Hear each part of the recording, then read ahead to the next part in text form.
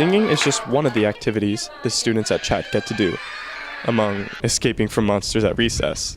Scott tried to catch me. He's the monster and out super fast. That means his favorite part is recess to play monster. This is what many students here at CHAT were born here at nothing. But with cochlear implants, they can finally experience all the senses of life. They're using hearing aids and cochlear implants to access sound, and really we want them to be able to have access to all of the educational, social, vocational opportunities.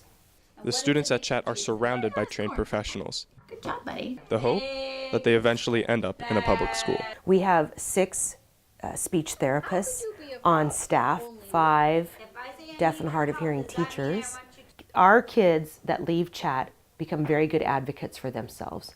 Students, like Aiden, learn to play piano because people refuse to let their disabilities limit what they can accomplish.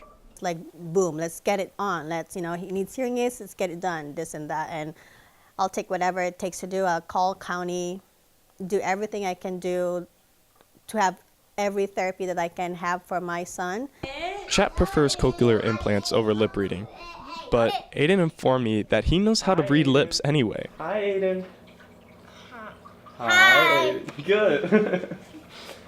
Do you like your school?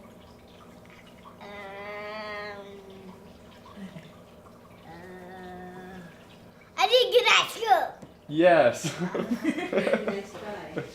That was close. You can put them back on now. Too.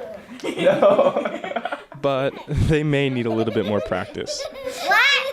For the last time, reporting for WCTV 19 with photographer Cassidy Johnson, I'm Ethan Mondell.